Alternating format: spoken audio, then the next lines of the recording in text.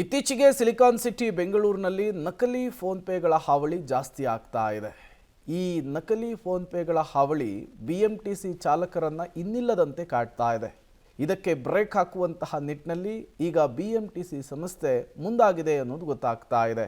ಹೇಗೆ ಮತ್ತು ಏನು ಕಥೆ ಅಂದ್ರ ಇಲ್ಲಿದೆ ನೋಡಿ ಡೀಟೇಲ್ಸ್. ಬಿಎಂಟಿಸಿ ಬಸ್ಗಳಲ್ಲಿ ನಕಲಿ ಫೋನ್ ಪೇ ಹಾವಳಿ. ಎಚ್ಚೆತ್ತ ಬಿಎಂಟಿಸಿ ನಿಗಾ ವಹಿಸುವಂತೆ ಸೂಚನೆ. ಕಂಡಕ್ಟರ್ಗಳು ಅಲರ್ಟ್, ಅಕ್ರಮ ತಡೆಗೆ ಆಕ್ಟಿವ್.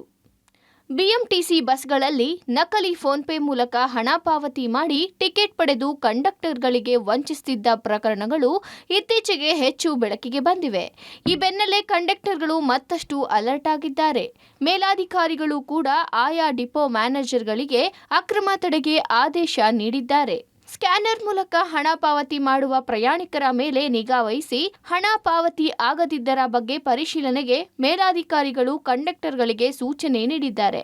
ಅನುಮಾನಾಸ್ಪದ ಹಾಗೂ ಅಕ್ರಮ ಮಾಡ್ತಿರೋದು ಗೊತ್ತಾದರೆ ಸ್ಥಳೀಯ ಪೊಲೀಸರಿಗೆ ಮಾಹಿತಿ ನೀಡುವಂತೆ ತಿಳಿಸಲಾಗಿದೆ.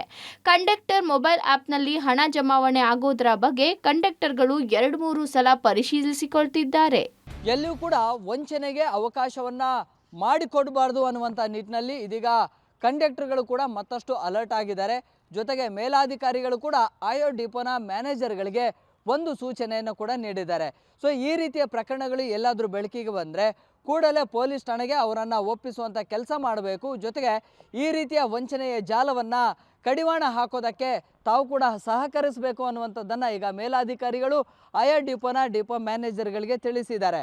ಇನ್ನು ಆಯಾ ರೂಟ್ಗಳಿಗೆ ಏನು ಆಪರೇಷನ್ ಆಗ್ತಾ ಇದ್ದಂತಹ ಬಸ್ಸುಗಳ ಕಂಡಕ್ಟರ್ಗಳು ಕೂಡ ಎಲ್ಲ ಪ್ರಯಾಣಿಕರ ಮೇಲೆ ತುಂಬ ಸೂಕ್ಷ್ಮವಾಗಿ ನಿಗಾವನ್ನು ವಹಿಸಬೇಕು. ಎಸ್ಪೆಷಲಿ ಫೋನ್ಪೇ ಮೂಲಕವಾಗಿ ಏನಾದರೂ ಹಣವನ್ನು ಪಾವತಿ ಮಾಡ್ತಾ ಇದ್ದರೆ ಅವುಗಳನ್ನು 2-3 ಸಲ ಕ್ರಾಸ್ ಚೆಕ್ ಮಾಡಿಕೊಳ್ಬೇಕು ಅನ್ನುವಂಥ ಸೂಚನೆಯನ್ನು ಡಿಪೋ ಮ್ಯಾನೇಜರ್ಗಳು ಕಂಡಕ್ಟರ್ಗಳಿಗೆ ನೀಡಿದ್ದಾರೆ. ಸೊ ಹೀಗಾಗಿ ಈ ರೀತಿಯ ಪ್ರಕರಣಗಳನ್ನು ಆರಂಭದಲ್ಲಿಯೇ ಕಡಿವಾಣ ಹಾಕೋದಕ್ಕೆ ಈಗ ಅಧಿಕಾರಿಗಳು ಕೂಡ ಕಟ್ಟುನಿಟ್ಟಿನ ಕ್ರಮಕ್ಕೂ ಕೂಡ ಮುಂದಾಗಿದ್ದಾರೆ. ಇನ್ನು ಯಾವ್ಯಾವ ಡಿಪೋಗಳಲ್ಲಿ ಈ ರೀತಿಯ ವಂಚನೆ ಪ್ರಕರಣಗಳು ಬೆಳಕಿಗೆ ಬಂದಿದ್ದಾವೆ ಅದರ ಮಾಹಿತಿಯನ್ನು ಕೂಡ ಇದೀಗ ಬಿಎಂಟಿಸಿ ನಿಗಮದ ಮೇಲಾಧಿಕಾರಿಗಳು ಮಾಹಿತಿಯನ್ನು ಪಡೆಯುವಂಥ ಕೆಲಸ ಮಾಡ್ತಾ ಇದ್ದಾರೆ. ಕಂಡಕ್ಟರ್ಗಳ ಸಮಯ ಪ್ರಜ್ಞೆ ಹಾಗೂ ಕೆಲಸದ ಬದ್ಧತೆಯಿಂದ ಫೇಕ್ ಫೋನ್ ಪೇ ಸ್ಕ್ಯಾಮ್ ಬೆಳಕಿಗೆ ಬಂದಿತ್ತು. ಈ ಬಗ್ಗೆ ಪಬ್ಲಿಕ್ ಟಿವಿ ವರದಿ ಪ್ರಸಾರ ಮಾಡಿತ್ತು. ಇದೀಗ ನಿಗಮದ ಅಧಿಕಾರಿಗಳು ಮತ್ತಷ್ಟು ಅಲರ್ಟ್ ಆಗಿದ್ದು ನಿಗಮದಿಂದಲೇ ಪ್ರತ್ಯೇಕ ಪ್ರಕಟಣೆ ಹೊರಡಿಸಲು ಮುಂದಾಗಿದೆ. Prakash D Rampur, public TV, Bengaluru.